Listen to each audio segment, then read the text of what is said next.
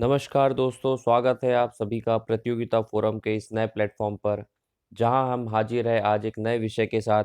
और आज का हमारा विषय है समसामयिक घटनाक्रम।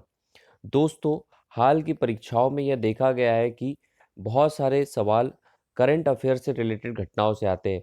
मतलब वो सवाल आपका किसी भी सब्जेक्ट से हो, लेकिन उसका कहीं ना कहीं कनेक्शन हालिया घटनाक्रम या किसी करंट इवेंट से जुड़ा हुआ होता है।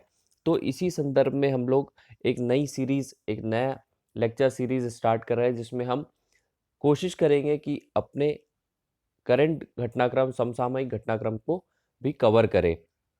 तो देखते हैं आज के हमारे इस विषय में किस टॉपिक को हम कवर करते हैं। दोस्तों, अभी एक न्यूज़ आपने सुनी होगी, जिसमें या पढ़ा होगा, एक गायिका है प्रभा अत्रे, इनका निधन हो गया। तो इनके बारे में कुछ डिटेल है, उसे हम देखते हैं और देखते हैं कि ये कैसे हमारी एग्ज़ाम से रिलेटेड हो सकता है।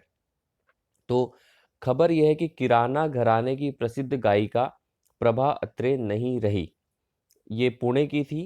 तो किराना घराने की शास्त्रीय संगीत की प्रसिद्ध गायिका डॉक्टर प्रभा अत्रे का शनिवार को निधन हो गया। उन्होंने भारतीय संगीत को दुनिया भर में लोकप्रिय बनाया था। उन्हें वर्ष 2022 में पद्म विभूषण, 2002 में पद्म भूषण और 1990 में पद्मश्री से अलंकृत किया गया था। मतलब आप समझ सकते हैं कि ये कितनी जानी मानी हस्ती रही होगी, कि जिन्हें भारत के बहुत सम्मानीय सम्मान जो थे, वो सारे सम्मान इन्हें दिए गए थे। तो यहाँ सवाल ये है कि ये जो किराना घराना है और ये जो गायिका है, इनका क्या संबंध हो सकता है? तो ज़रा हम किराना घराने के बारे में बात करते हैं कि किराना घराना क्या है?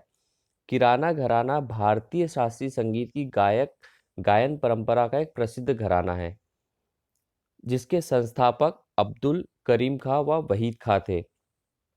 इस इस घराने का नामकरण उत्तर प्रदेश के मुजफ्फरनगर में पड़ने वाले कस्बे कैराना के नाम पर हुआ है।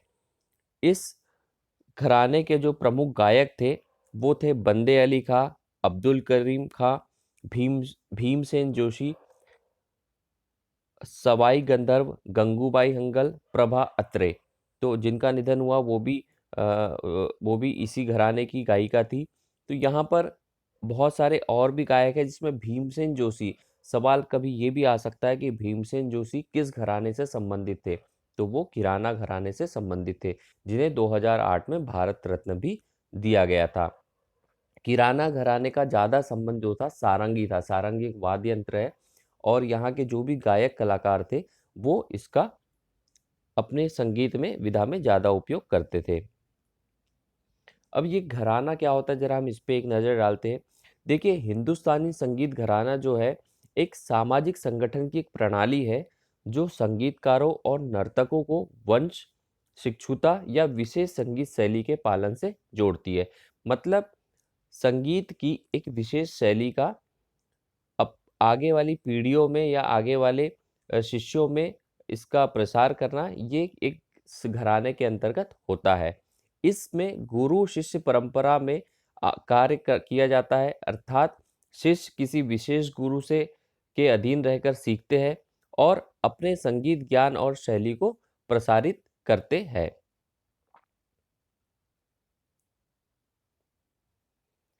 अब देखिए, शास्त्रीय संगीत की जो 2 प्रचलित शाखाएँ हैं, भारत में 2 प्रचलित शाखा है शास्त्रीय संगीत की। पहली है हिंदुस्तानी और दूसरी है कर्नाटक। तो कर्नाटक शैली जो है, वो जो दक्षिण भारत के राज्य हैं, जैसे कर्नाटक, आंध्र प्रदेश, केरल व तमिलनाडु, इन राज्यों में फैली हुई है। तो ये चारों राज्यों में जो शैली है, वो होती है कर्नाटक शैली। और इनको छोड़कर जो बाकी जो भारत है, उसमें जो शैली है, उसे हिंदुस्तानी शैली के नाम से जाना जाता है। तो तो जो किराना घराना था, ये भी हिंदुस्तानी संगीत घराना था, हिंदुस्तानी शैली का घराना था। अब कुछ खास घरानों की बात करते हैं। मध्य प्रदेश में भी संगीत का पहले से बहुत प्रचार प्रसार हुआ है। यहाँ पर पुराने शासकों ने इसे बहुत संरक्षण प्रदान किया है। तो हम देखते हैं यहाँ पर जो मुख्यतः जो घराने थे, उनके क्या नाम हैं और उनसे रिलेटेड चीज़ों के बारे में हम यहाँ डिस्कस करते हैं। पहला है मैहर घराना।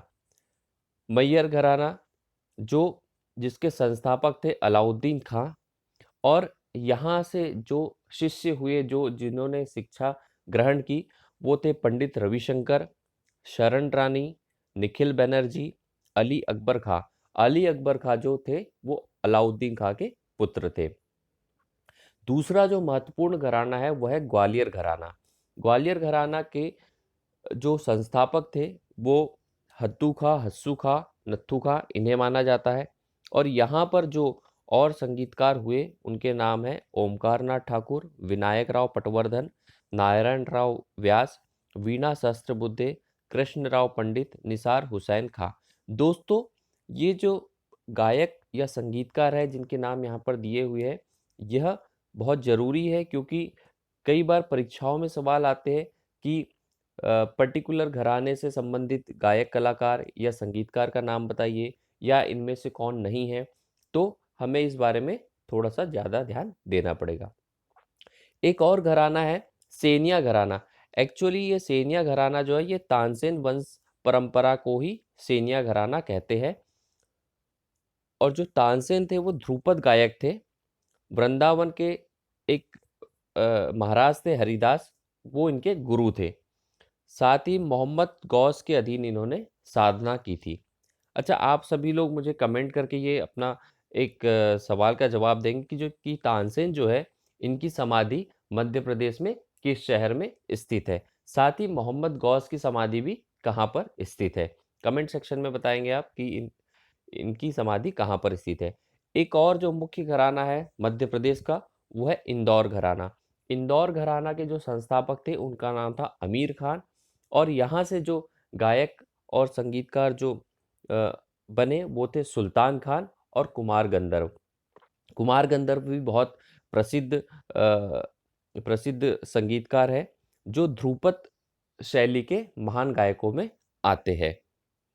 तो हमने यहाँ पर हमारे मध्य प्रदेश के मुख्य घराने, उनके संस्थापक और उनके आगे पीढ़ियों में जो गीतकार संगीतकार आए उनके नामों का अध्ययन किया। चलिए आगे बढ़ते हैं। हम कुछ सवाल लेते हैं। पहला सवाल है कि निम्नलिखित में से कौन सा घराना मध्य प्रदेश से संबंधित नहीं है? आप ऑप्शन ए है ग्वालियर घराना, ऑप्शन बी है मैहर घराना, ऑप्शन सी है किराना घराना, और ऑप्शन डी है सेनिया घराना। तो देखिए, अभी हमने पढ़ा कि जो किराना घराना है वो उत्तर प्रदेश के कैराना से लिया गया है, मुजफ्फरनगर डिस्ट्रिक्ट से लिया गया है। मतलब इस सवाल का जो सही जवाब होगा किराना घराना। बाकी ग्वालियर, मैहर, सेनिया, ये तीनों मध्य प्रदेश से संबंधित है। दूसरा सवाल है हिंदुस्तानी संगीत का सबसे पुराना घराना कौन सा है? तो देखिए, इसमें सवाल में आपके ऑप्शंस है आगरा घराना, ग्वालियर घराना, मैहर घराना और इंदौर घराना। तो दोस्तों, ये बात जान लीजिए कि जो हमारा ग्वालियर घराना है, मध्य प्रदेश का ग्वालियर घराना है, ये हिंदुस्तानी संगीत का सबसे पुराना घराना है। तो ये बहुत इंपॉर्टेंट क्वेश्चन है कि ग्वालियर घराना जो है वो सबसे पुराना घराना है। चलिए आगे बढ़ते हैं। एक और जो अभी न्यूज़ आई, वो न्यूज़ ये थी कि उस्ताद राशिद खान साहब नहीं रहे। तो ये कौन थे, इनके बारे में थोड़ी हम जानकारी लेते हैं। ये भी एक बहुत ही प्रसिद्ध संगीतकार और गीतकार गायक थे, जिन्होंने हमारी जो संगीत इंडस्ट्री है इसमें बहुत अच्छा काम प्रदर्शन किया था। इनकी हाल ही में इनका निधन हो गया था। तो इनके बारे में हम ज़रा कुछ जानकारी लेते हैं। बहुत सारे आपने जो बॉलीवुड फ़िल्म के जो सॉन्ग्स हैं, बहुत अच्छे-अच्छे सॉन्ग्स हैं, वो इन्होंने गाया था, जिसमें जब वी मेट मूवी का आओगे जब तुम साजना, ऐसा एक सॉन्ग था। तो देखते हैं इनके बारे में थोड़ी-सी जानकारी लेते हैं हम यहाँ पे। उस्ताद राशिद खान तानसेन की पीढ़ी के गायक थे, जिनका जन्म बदायूं उत्तर प्रदेश में हुआ था। तो चूंकि तानसेन जो है वो मध्य प्रदेश के थे और राशिद खान उसी पीढ़ी के गायक थे, तो कहीं ना कहीं ये थोड़ा इम्पोर्टेंट हो जाता है। अब रा इनकी जो गायकी थी वो किस शैली की थी? ये रामपुर सहसवान गायकी के प्रतिपादक थे। मतलब ये उस शैली के गायक गायक थे जो कि ग्वालियर घराने से जुड़ी हुई है। फिर से एक बार मध्य प्रदेश से कहीं न कहीं ये चीज़ जुड़ी हुई है क्योंकि ये ग्वालियर घराने से इनकी जो शैली थी वो जुड़ी हुई थी। इन्हें पद्मश्री, पद्म भूषण, बंग भूषण, संगीत नाटक अकादमी जैसे पुरस्कार प्रदान किए गए थे। तो ये कुछ इन्हें महत्वपूर्ण पुरस्कार दिए गए थे, जिसके बारे में भी यहाँ जानना ज़रूरी है। तो दोस्तों आई होप आपको ये चीज़ें समझ आई होगी और ये करंट अफ़ेयर के जो टॉपिक्स हैं ये बहुत इम्पोर्टेंट है हमारी एग्ज़ाम्स के लिए। इन्हें आप बीच-बीच में थोड़ा-सा रिकॉल करते रहिए, पढ़ते रहिए और इनसे रिलेटेड चीज़ों के बारे में और डिटेल में डिस्कस करते हैं। तो